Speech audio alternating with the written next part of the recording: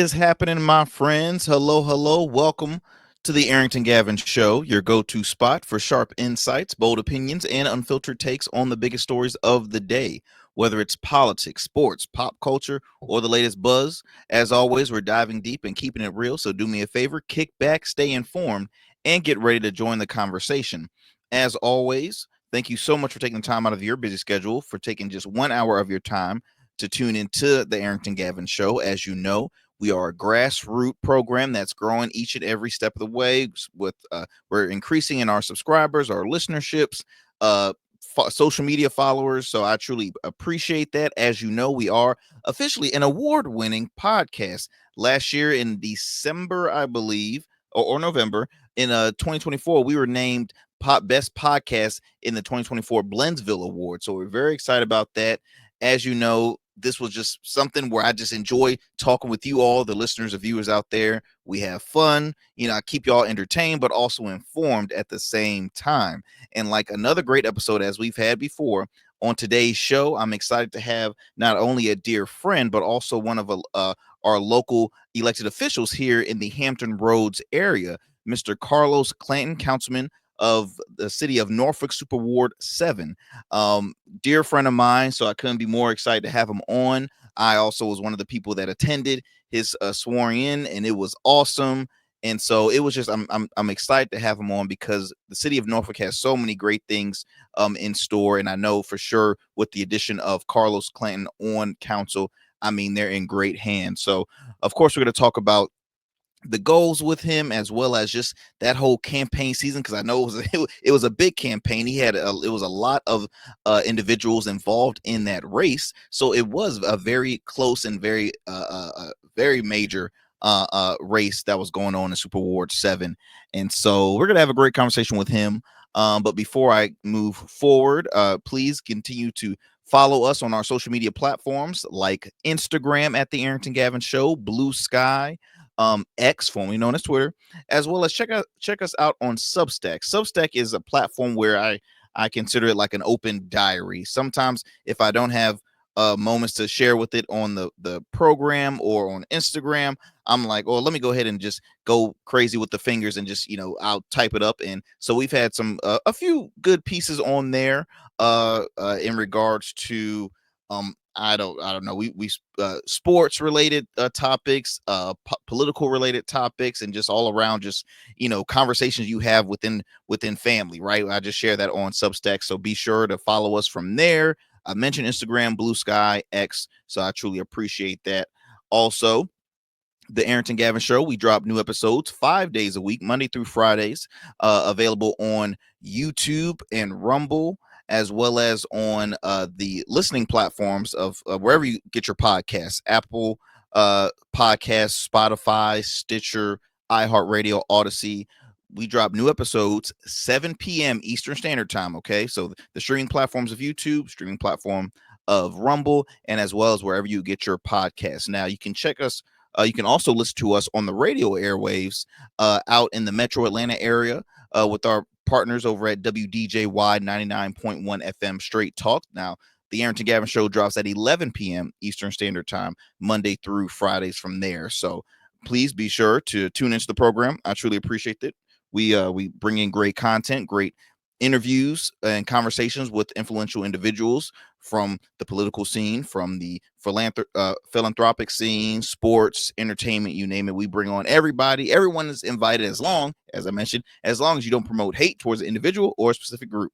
That's my top rule right there. But without those things, hey, you're always welcome to the program. So let's see here. And yeah, so look, let me go ahead and thank some of our proud supporters of the Arrington Gavin Show, like our friends over at Priority 4. That's right, my good friend Mr. James Church. Him and his team out there are always going to be making sure to take good care of you. So looking for the best deals on Ford vehicles in Norfolk. At Priority Ford, they make your car buying experience smooth, easy, and exciting.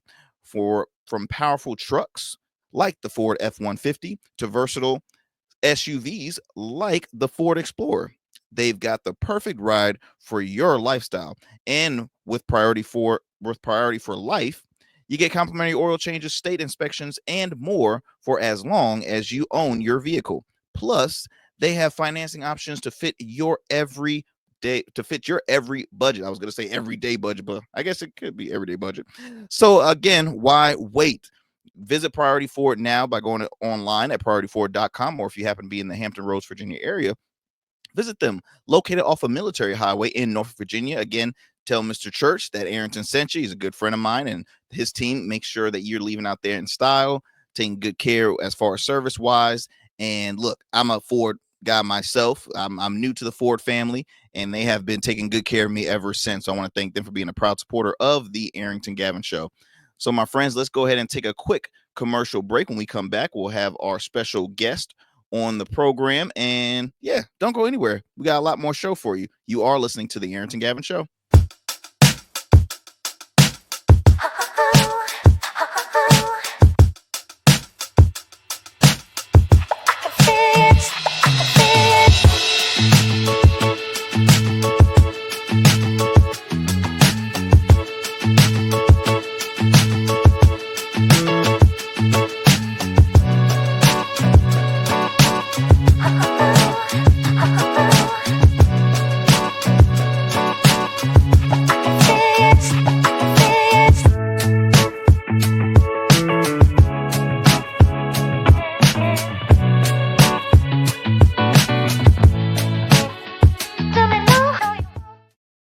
Become a man of distinction with Rugged Evolution Beard Care. Order our scented beard oils and beard balms to help you maintain and grow the perfect beard. Order today.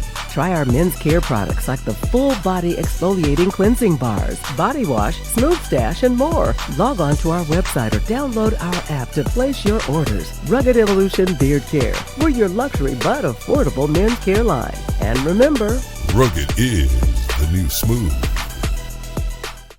What is happening, my friends? Welcome back. Welcome back, as I am your host, Arrington Gavin. Welcome back to the Arrington Gavin Show.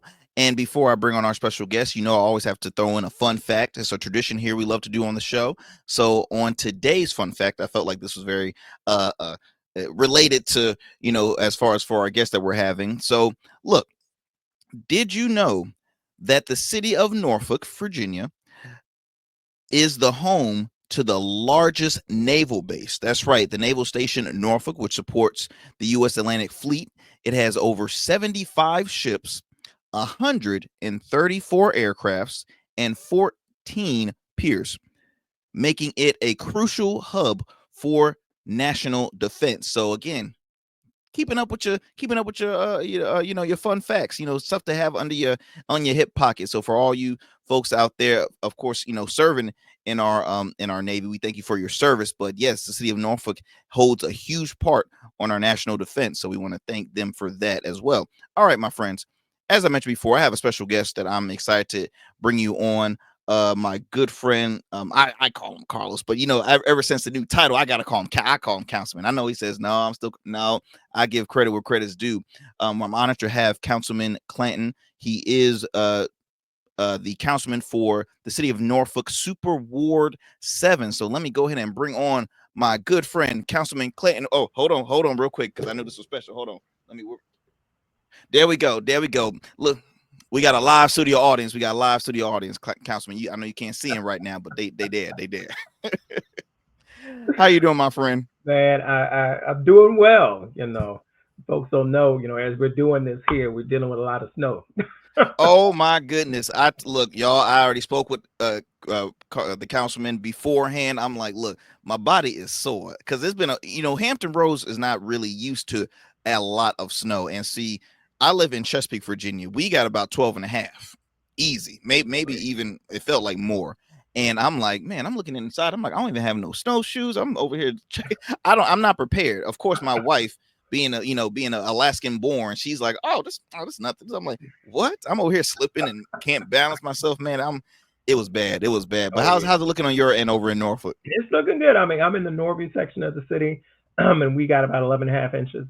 Wow. And I thought that the storm we had 2 weeks prior was going to be it. But, somebody said, one of my neighbors was telling me that a lady in the Ace Hardware store told him that in the Farmer's Almanac, She said, we got one more storm that we're gonna get, and it's gonna be big. And I Lord said, have mercy. well, I guess she was right. She sure was. And look, it was an inside joke because I don't know if he was browsing through like social media, but uh, a gentleman, Mr. Cantor, I believe his name is Jim with the Weather Channel. He's like their senior yep, meteorologist. he's The here. joke is if he's in your hometown, It's it's real. serious.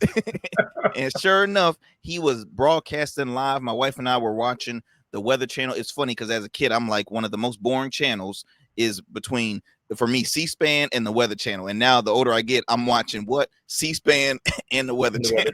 Weather Channel. Like eating popcorn, like, oh snap, you see this? Oh, there's Virginia Beach, there's this. So yeah, they had a huge crowd and of people just enjoying the snow. And Yeah, again, yeah, we're snowed in. Hence, for those who are watching, I'm in the home studio right now, so forgive me. I always love to make sure when I have on special guests like Mr. Clanton, Councilman Clanton, I always want to make sure the setup is good. But yeah, the weather's looking, I'm like, okay, we're gonna have to do with the home studio today. no, we're in my home office, and I'm doing a lot of work on behalf of the citizens of Norfolk. It's a lot of paperwork. That is awesome. Well, look, for one, again, my friend, I want to congratulate you on becoming the next or the excuse me, the new councilman for Super Ward 7 and in the city of Norfolk. Super Ward 7, for a lot of those who don't know, is one of is a huge section of Norfolk. I believe, is it like the largest or second largest within It's the so the districts? way you kind of look at it, you have the city of Norfolk, we have Mhm. 5 smaller wards, and then we have 2 super wards, which kind of like half the pie. I So got I you. represent equivalent to about 115,000 residents.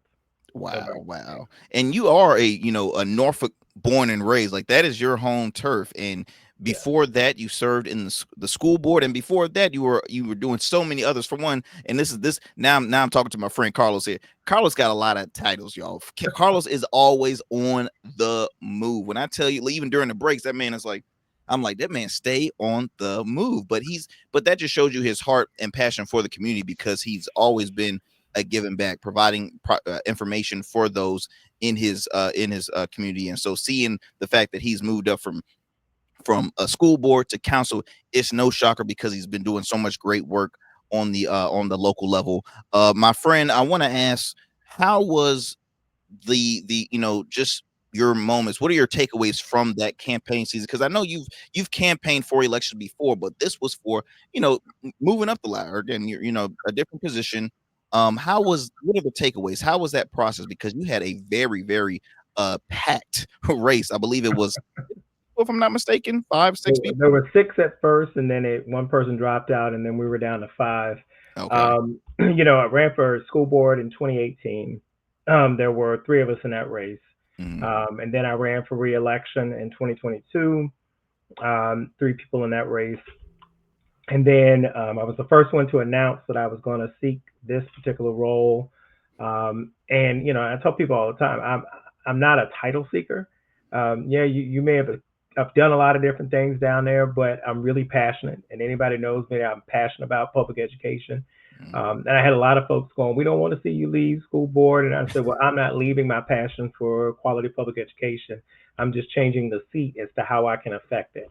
Mm. And so I'm not as the policymaker for school board, but now I'm the individual who controls the budget and ensuring that we have necessary resources to support quality public education. But I'll just put it this way: it was a year long. I mean, I announced in January, and then I've been the representative for Ward 3. Mhm. Ward 3 is kind of central. It's a little bit more compact. Mhm. Super Ward 7 is half the city. So, where you are known by a lot of folks, some people know you. There were, for me, particularly in Super Ward 7, there were 2 communities, Lambert's Point and Park Place, where I grew up, who every year I had folks that I grew up with go, man, I went to go vote and I didn't see your name. Well, this year they could go vote and they saw my name. And it was interesting. I really enjoy the opportunity of meeting more of my neighbors here in Norfolk, and really understanding, not because on the school board side you kind of do it education, but now on council it's everything. From dog Mm. catcher to walk sidewalk accessibility to LED lights. I mean, it's a lot of different things, and I like the multitude of different challenges there. But as you know, It would have been nice to be on November 5th and be done, and it wasn't that case. And so, it was a lot of things going on. I was Hmm. kind of oblivious to everything that was going on the national scene in politics Yeah. with the presidential election. Um, but we had provisional ballots that hadn't been counted, which is a good thing in the respect we had a lot of young people, particularly from ODU and Norfolk State, who were both in my super ward, who showed up and voted on that day. Mm. And these are people that in the campaign world you can't really target. So you just kind of had that mass message that goes out there. So after that day, we thought by that Friday when all those would come in, we would be done. Then we had to wait another week, and then they got all the mail in, from overseas, and those ballots came in, and I went up. So on the night of election, I was up. When those provisional ballots were counted, I was still up. And so at that point, the unique thing was there is a rule in our charter that states that you have to take the oath of office within 10 days of your election being certified by the electoral board. Failure to Mm. do so, you forfeit your seat. So I go in, I literally get word of that. I take my oath of office with the judge. Um, my family's not there. Everybody, it's just because I have to be in accordance with that one. And then at the same day, the day after, I think one of the closest opponent in that race decided to challenge with the recount. Yeah. And so that drew on for a whole another time trying to get that done. Court hearings, I'm getting stuff in the mail, saying, hey, these are the filings. And I'm just like, okay. And when it all came down to it, we finally got in on the day of the supposed to be for the recount. We had this almost 3 hour long session. I represented myself. Mm. And all three of the arguments that my opponent's counsel made, I argued, and the judges sided with me. And so all Wow. three of them were dismissed, and we finally moved forward. And then I literally, on the second day, because I asked the judge, I said, look, I'm supposed to be going on vacation with family. And they said, you've got your observers, go. So I found out that I was a new councilman at the kitchen table at my cousin's house in Atlanta, Georgia, and on a cell phone. And that's when the three-panel judge Mhm. had said, "Congratulations, Mr. Clanton." And the crazy part is that we went 92 votes to 91.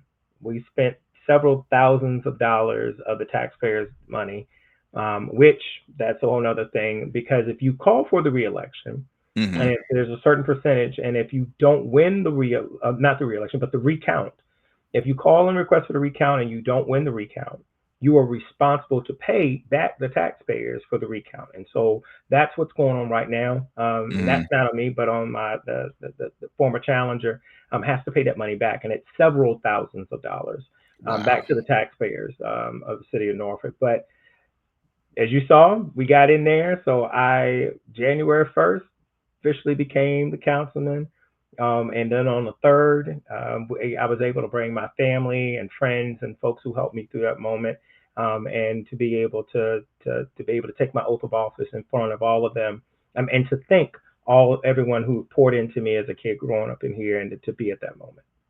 Yeah, and what a beautiful ceremony it was, because it was funny because that week I believe I might have went to three. I think you were like my second swearing in. It was three. I think I was going to Yeah. have one in Chesapeake. Shout out to Councilman Yeah. Smith, Les. Yeah. Les Smith Jr. I had a buddy of mine in Virginia Beach, Councilman Jackson Green, and then went to, I think you were the second one. And so it was great. It was a great ceremony. For one, it was an experience for me because I personally have never visited any city hall. Well, actually, I lied.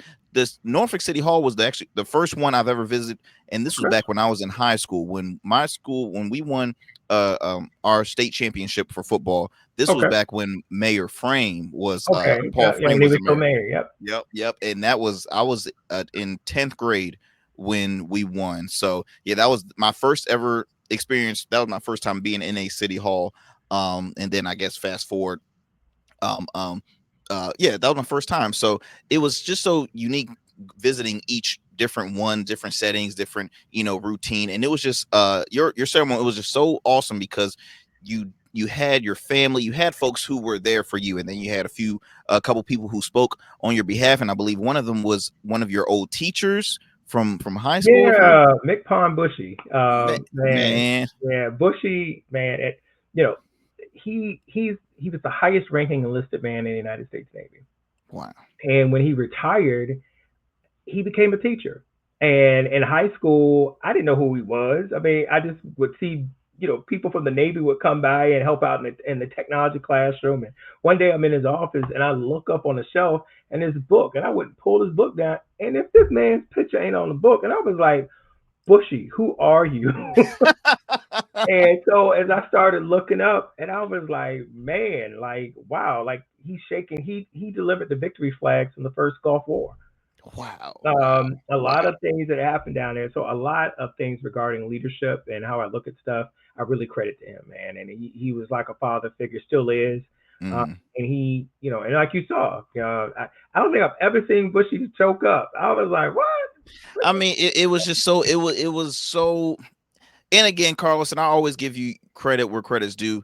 I've been so fortunate, and I've shared here on the show. I've been so fortunate to have a sphere of influence as far as in my circle of friendship, people that I do look up to, people I go to for questions. I mean, that's one thing that I've always, advocate for folks to, always have a great network of friends that know you can trust, but also that can help build you up, as far as like, I've always admired you, my friend. I know I've probably told you that many a times, but I really do mean that. And, after going through that ceremony, after attending your ceremony, it just, again, it wasn't a shocker, but it was just very, very special seeing, I mean, someone that you've kept in contact, a teacher from high school, and still to this day, sharing some great words about you. And we've had elected officials on the highest level come to show support on the federal level. I think a former congresswoman was there in attendance. Mhm. You had past Yeah, elected I had officials. Congresswoman Thelma Drake, who's a Republican, Hmm. and that's the thing about it that I'm a Democrat, but I really proud myself on finding solutions, and that's working with people.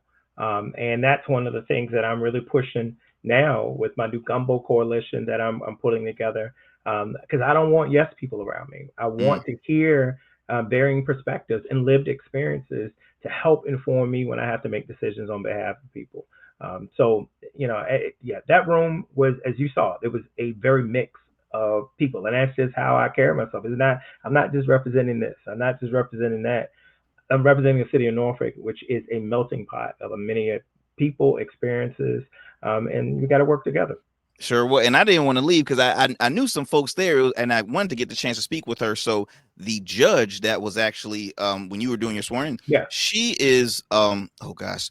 So my family goes way back with her family because her Hmm.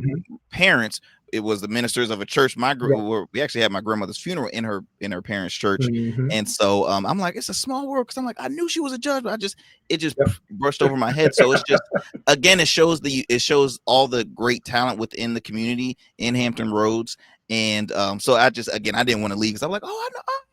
So it was a great time. Yeah. So fast forward from that, because look, now you have that title. It's a huge task because, like you said, even though the campaign season was, took an hour, I mean, not an hour, 1 year, excuse me, it took about a year of doing that. Now it's like, okay, can I chill? No, absolutely not. The work has just begun, and I know it has been quite busy for you. How has the adjustment for you have been since, moving from school board to council? How's that process going for you? So, you think about it, November 5th, and once that most people know that they've won, you get literally about maybe 2 months to kind Mm, of transition in and get ready in there. I didn't really find out that I won. I won after the recount until what, the 21st. wow. And and it's funny now. I sit back and I think about it. In hindsight, I found out that I won on my mother's birthday, Wow. and Wow. so I literally had 2 weeks, 2 weeks from that time to get rolling.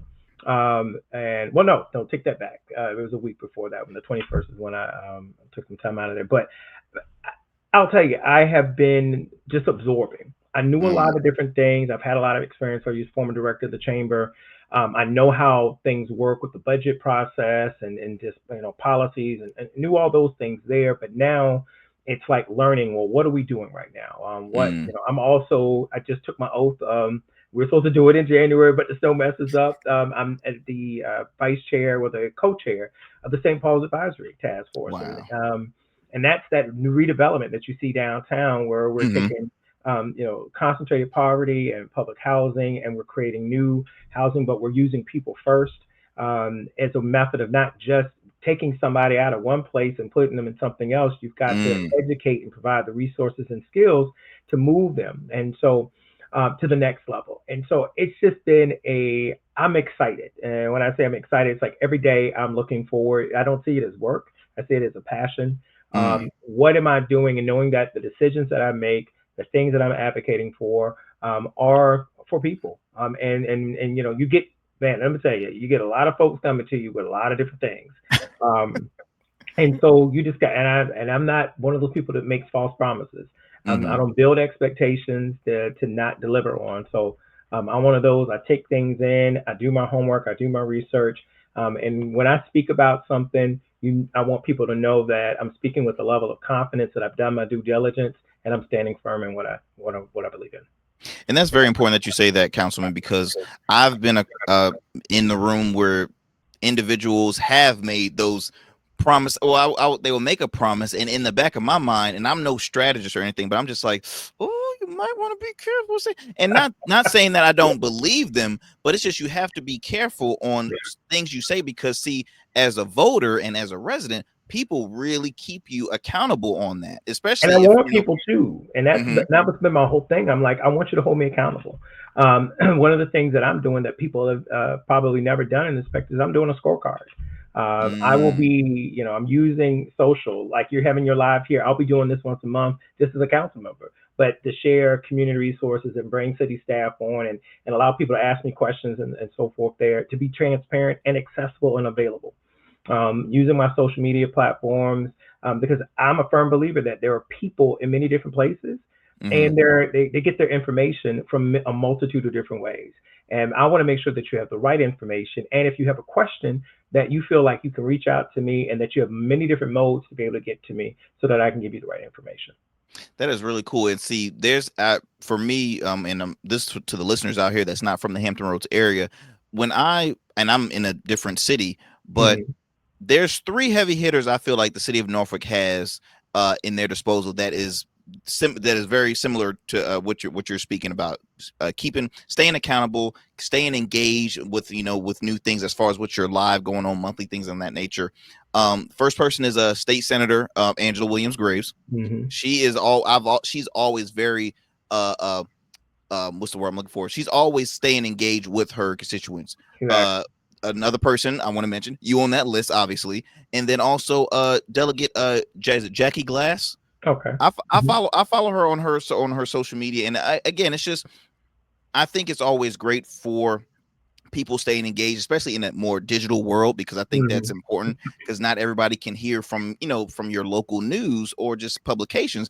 A lot of folks are unaware of what goes on within their local community, and I always try to keep that afloat here on this program, because I myself was somebody that was very unaware of the things going on in my own city, and I'm just like, oh, I Yeah. didn't know that. But it's not always, I don't always want to be the one to blame it on the elected officials. We do have to do the work ourselves, and go searching. But it is perfect. It is great that individuals like yourself is continue to stay in the face of your constituents, always saying, hey, look, this is just an update, just so you guys can know what's happening. And even with the weather updates, I mean, it's just little things like that that Yeah. will always say, okay, this man is always, I can always trust it, just with things in Oh that yeah, nature. well, and it's building relationship. Right now, Hmm. you can get a multitude of information from a lot of different places. Hmm. Hmm. And honestly, back in the day, there were really three ways to get, three different stations. You could get your information from maybe the radio, but Hmm. now there are so many commentators, so many different people putting stuff out there. It's hard for people to see what is real and what isn't. And Yeah. I feel as Yeah. an elected official, I'm a representative, and I want to build a rapport that when I say something, you can trust and believe that Councilman Clanton is giving me the real on this. Hmm. And when in a world there's so much confusion and stuff out there, that we can have trusted individuals, and I want to be a trusted partner with the people that I'm representing. Awesome. Well, Councilman, look, I want to take a quick commercial break. When we come All right. back, I do want to speak about some of your goals, but also some of the challenges that that the city faces as well, because it's not always, it's not a, was it always a field of roses. It's not always going to be a easy path as far as getting things done in that nature. So I want to take a quick commercial break, take a quick breather. When we come back, my friends, we will have some more here with Councilman Clanton. Councilman for the city of Norfolk, Super Ward 7. Okay. You are listening to the Arrington Gavin Show. Don't go anywhere. Again, we're here for a great conversation with Councilman Clanton.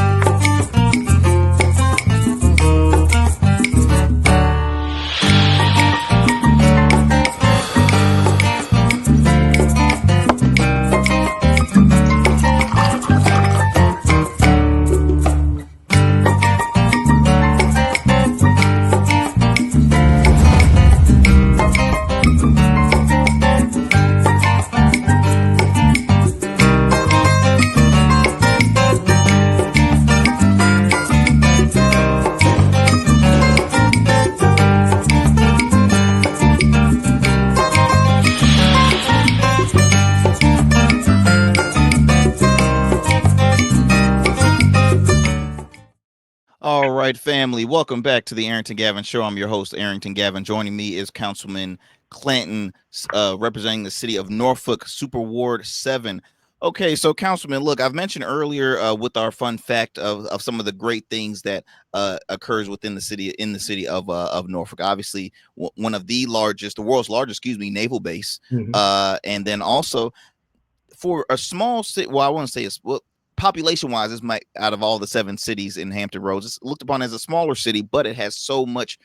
It has a huge presence within the Hampton Roads area. Entertainment, right? You have the Scope, you have the Chrysler, you have let's see, Chartway Arena. I mean, you have 2 universities. You have Old Dominion, you have Norfolk State University. You have 2 sport teams, organizations there. You have the Norfolk Admirals as well as the Norfolk Tide. So it for being small, it really has a huge impact. And then we just included a year-round cruise line out of the city of Norfolk. So it's like, wow, Norfolk has it going on, but it's, again, small city. Out of all the great stuff that happens within the area, what are some of the challenges that the city faces in Norfolk? Well, I think you addressed one of them, and that is that we're not only um, small in that respect, but I say land mass. We're a quarter of a million people that live in the city of Oh, Norfolk. wow. And at one point in time after World War II, here's another fun fact for you: Norfolk had a half a million people in there.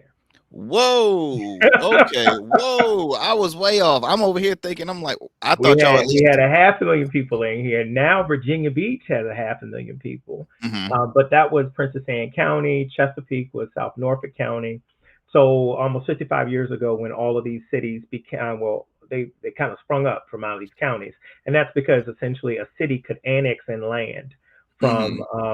from the counties, and that's a whole nother history lesson that we could talk about there. But challenging that is that we are pretty much 97% built out. Mm. And so the challenge is that when we talk about development, redevelopment, affordable housing is the number one issue there. Those things are challenging. Hampton Roads as a area is considered a resort area. Mm. And so therefore, you started looking at 2000s and looked at every year rent, looked at the housing market. It has gone up.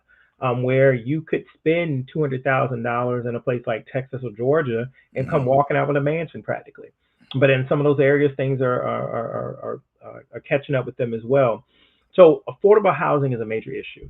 And you talked about those universities, Norfolk State, ODU. We also have TCC, and we have the front half of Virginia Wesleyan. Hmm. But when you look at those as well, we want to attract and retain young talent. Well, housing is the number one challenge, not only for Norfolk, but the entire Hampton Roads region.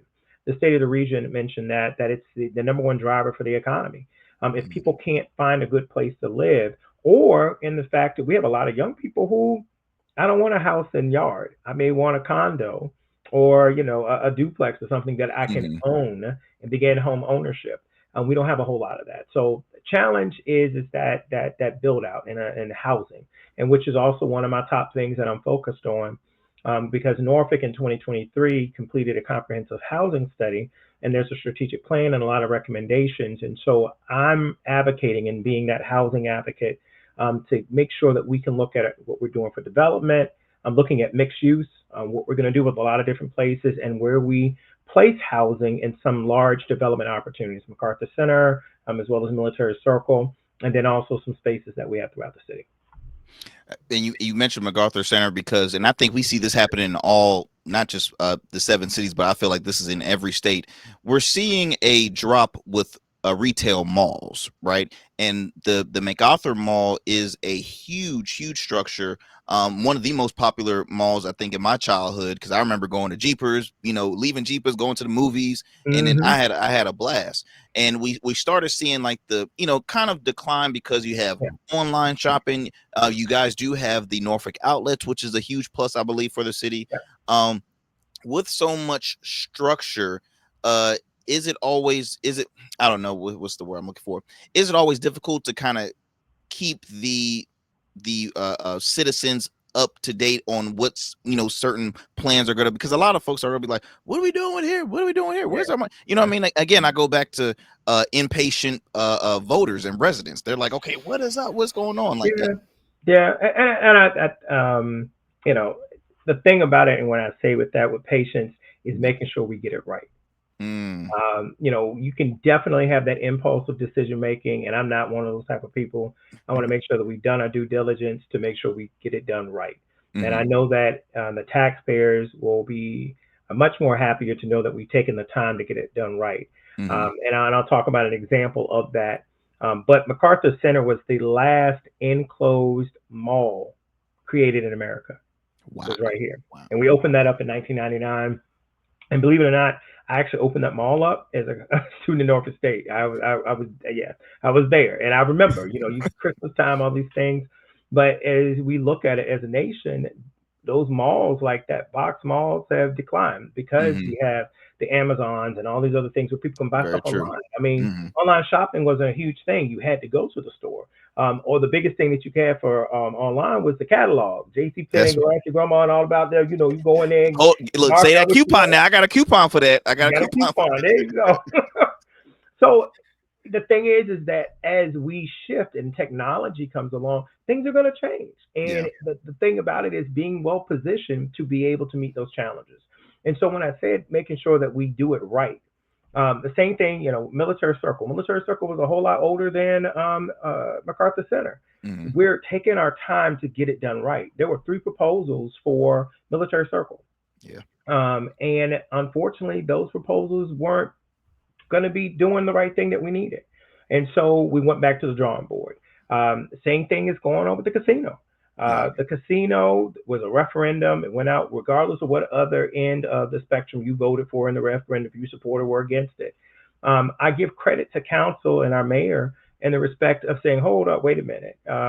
This isn't what you promised and that the voters voted for. The voters voted for a casino with a resort, that would have fine dining and all those other things. Mm-hmm. And we were getting what was being positioned back to us was, oh, we're going to build this, and then we'll come back and we'll build that. So no, the city stood firm on that one, and now they're getting their entire project. And what happened about a week ago? The first the pile driving went in, and so it's sectioned off. The temporary location will be in there in November. And then within a year and a half later after that, the full casino, resort, hotel will all be done. And it's the largest single private investment Wow. in the city of Norfolk, over $700 million, I do believe, and that's not taxpayer dollars.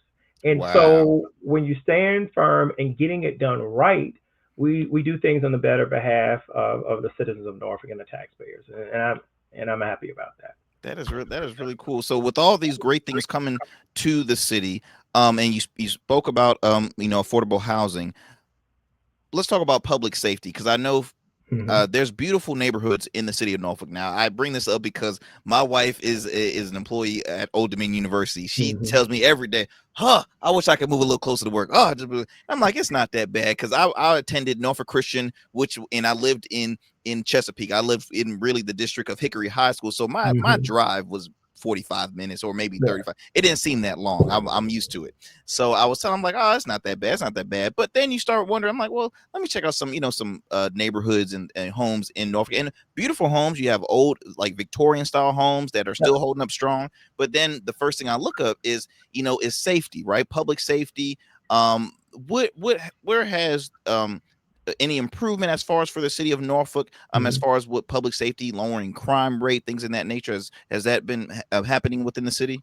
Oh yeah, I mean, in the city of Norfolk, violent crimes have actually gone down per percentage wise. But Norfolk, there are a couple things that we're looking in that respect. Um, the community partnership component, Mm-hmm, your mm-hmm, neighborhood watches. We're doing a lot of that. Norfolk has always been at the forefront of community policing, but we took a hit. We took a hit, and not just Norfolk, but police departments across the country. And when we came out of the Black Lives Matter movement, there was this anti-police, and so a mm-hmm. lot of people weren't choosing. And so my to that one is that I am all about police reform and rights in that respect, and I'm a former national civil rights leader. But what I would encourage is, rather than saying defund the police, we need to get people that look like you and I and who are from the community to be a part of the police department. And Mm-hmm. I use an example. I have a classmate of mine who graduated with me, and I joke with him all the time because I was like, "Yo, if you had ever told me back in school that you were going to be a police officer, I wouldn't believe it." Okay, but he is a community resource officer. He's in the schools, but he can relate to the students, and he builds Yeah. that rapport and that relationship. And that's what's important, because people will tell, "Hey, look, I saw this," or these things are going on.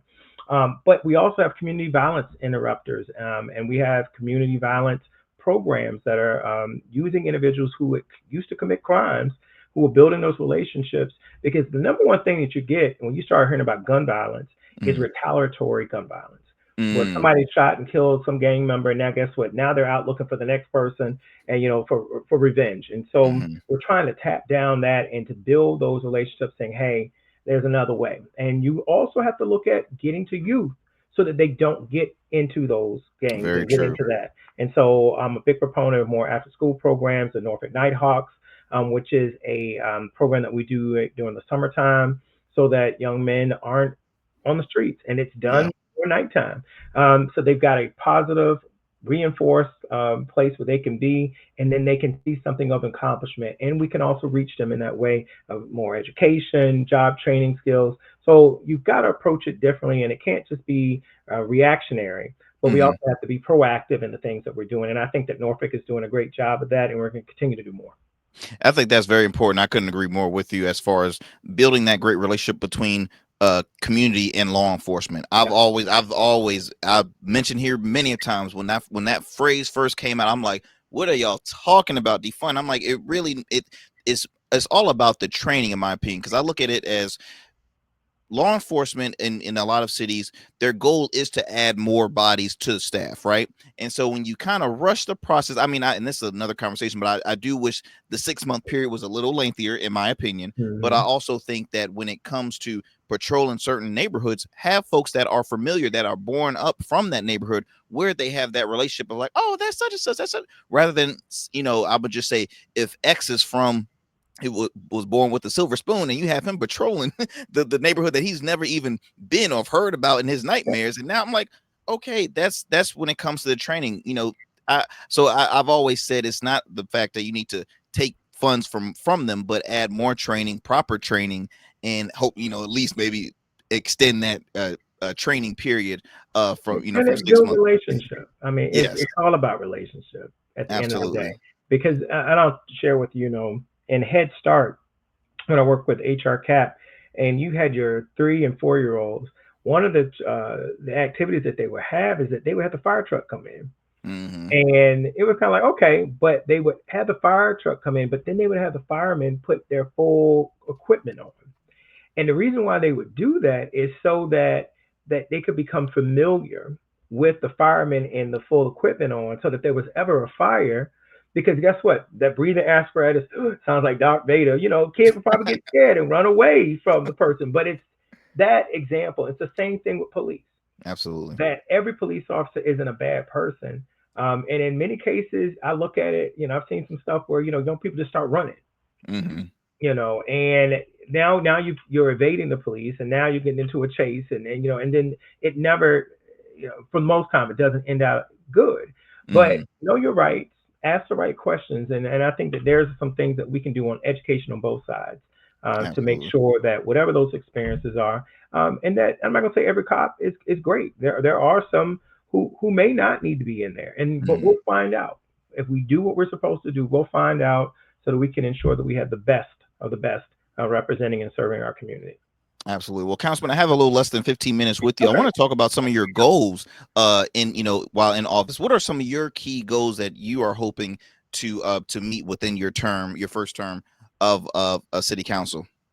Well, as I mentioned, affordable housing, You see, I making said sure. first term, right?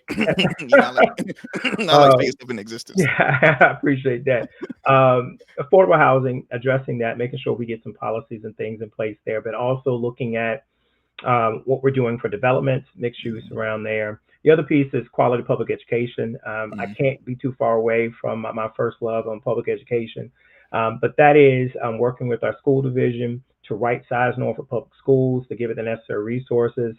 Continue to champion for a career academy structure model where we can get rid of attendance boundaries, and we can create choice and opportunity for our students, and also to better support and connect it toward the workforce, both what we have here now and the future jobs that we like to attract here. Of course, public safety, make sure we fully fund our police department and our 911 operators there, and also basic city services, making sure that we're keeping the city clean, that our sidewalks aren't cracked, and things like that.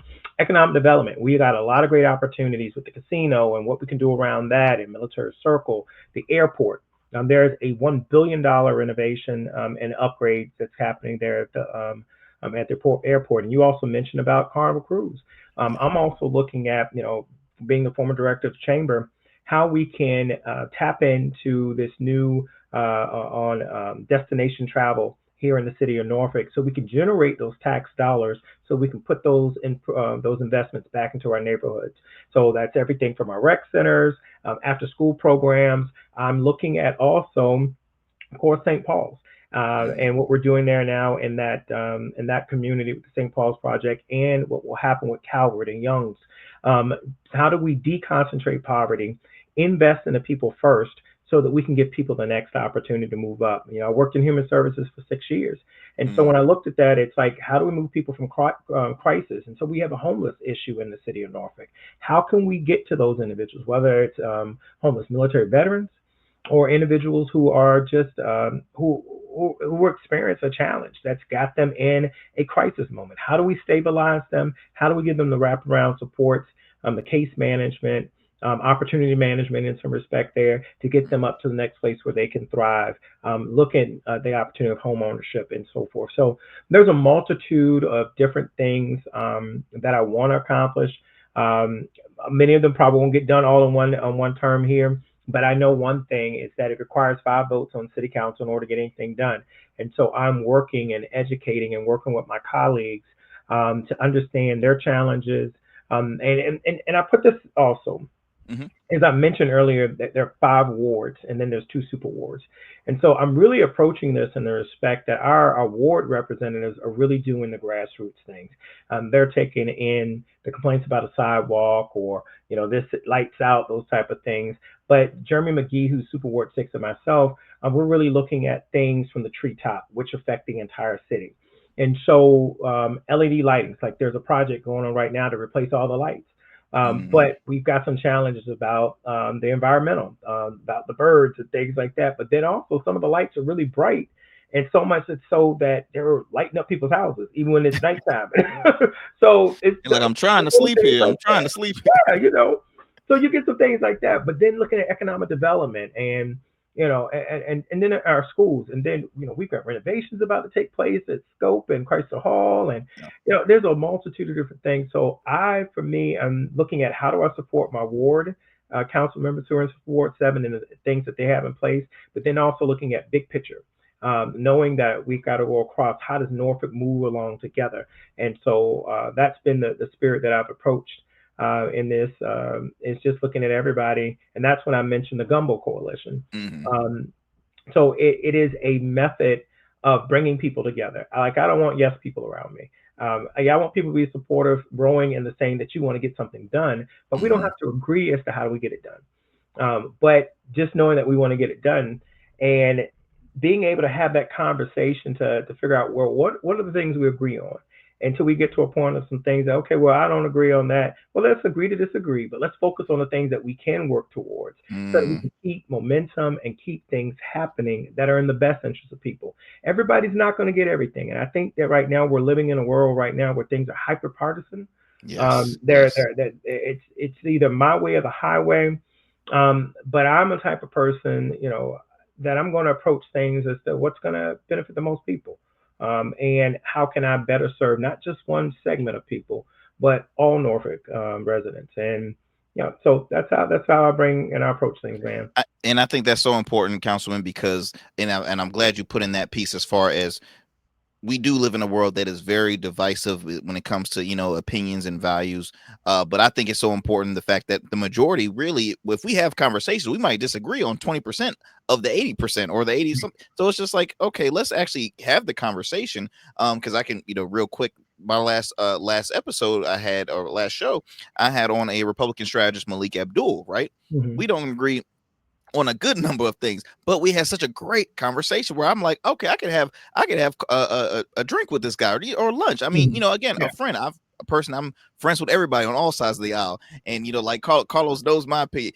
I'm nowhere near Republican values at all, but I keep myself very, very neutral, very centered when it comes to both political parties. But I think it is very important, and again, for listeners and viewers out here to agree to disagree, but always, you respect others' opinions. At the end of the day, we all want to see the same. We want to see the same end goal. We have the same end goal, just different ways on getting to that end goal. Our journey's a little different getting there. But I will challenge in that. That is how I feel. But I cannot ignore the fact that there is right now a segment within our government, within our population, who aren't about agreement. Oh, very true. There is a segment in our community that is very focused on domination, superiority, and who would like to very much take us back to a day and age where one particular race or group or whatever else. Very true. And so I do not. And I tell folks sometimes, yes, I'm a work with folks, and I will do those things, but I will also raise my voice. And use my voice and the platform here to fight for those who may not have a voice, and be in the spaces that I'm in to ensure that they are protected, that they're advocated for. And so, there are things when we look at federal funding, there are a lot of things right now that are being said from public education, how passionate I am about that. Where everything from Title I, special education. Those funds are on the chopping block right now. You have an administration that's very focused on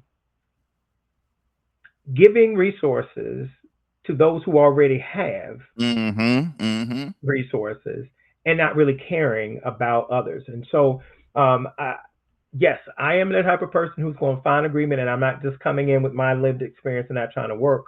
But I know that I have a responsibility to use my voice and to use my platform to advocate and to speak up for those who do not have that opportunity to be in those rooms. And I just want people to know that I'm doing that, and I'll continue to do that. And y'all, and Councilman Clanton is a trained singer, so the man got the lung capacity. He will raise that voice if he needs to. I just want to throw that in there. He will raise the voice. I raise my voice. People are like, oh man, I try not to do that one. But one of the other things too, and I know we're getting close to time here, Mhm. but Norfolk had the Norfolk Wealth Project, and that was how do we close the gap between the African American community in Norfolk. There have been a lot of things, and when you look at systematic, and you use the term systematic racism, where Mhm. it's Mhm. institutionalized through codes and laws and certain provisions, it has set back a generation of people. And so, how can we be opposite of that and to use our role and to use our position to right the wrongs of the past to be able to give people the opportunity? And that's the only thing I say. I said, I'm not about handouts, but Yeah. I am about giving hand ups in the respect of giving you the opportunity. And if you want to move forward, that you've got that opportunity to be able to do that, and that we're giving those resources. And one of those things has been Norfolk funded with $2.3 million last year, a housing trust fund to help with closing costs for individuals who want home ownership.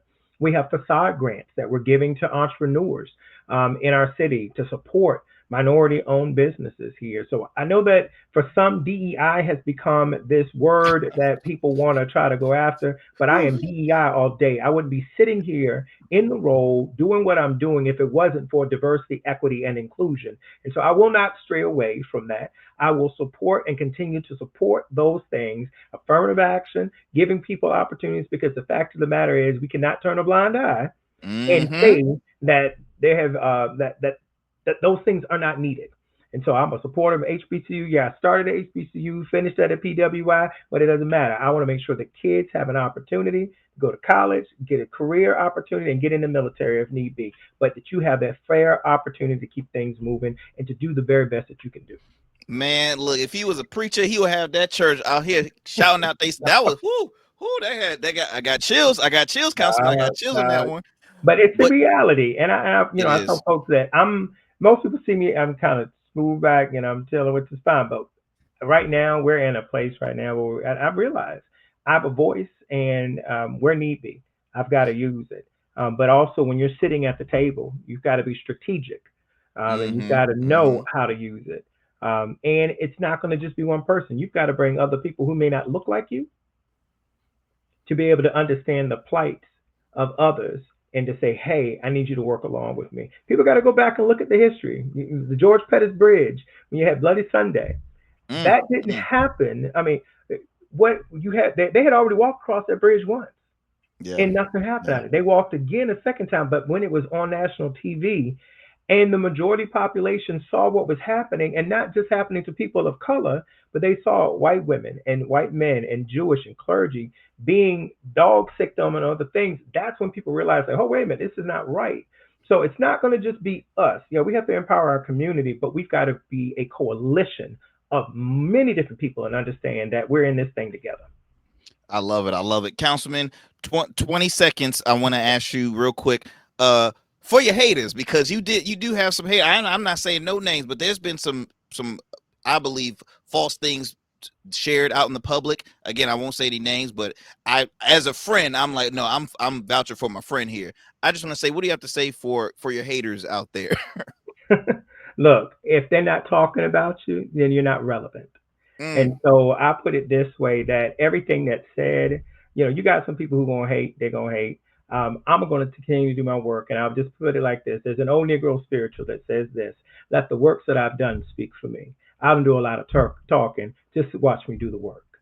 hey, there you go. There you go, y'all. Look, Super Ward 7, excuse me, Councilman for the city of Norfolk, Councilman Clanton, representing Super Ward 7. I thank you so much, my friend. Y'all, don't go anywhere. I want to chop it up just for you for about 2 minutes, but I want to thank you for taking the time out of your busy schedule for coming here on the show. So thank you so much. I appreciate y'all. Thank you.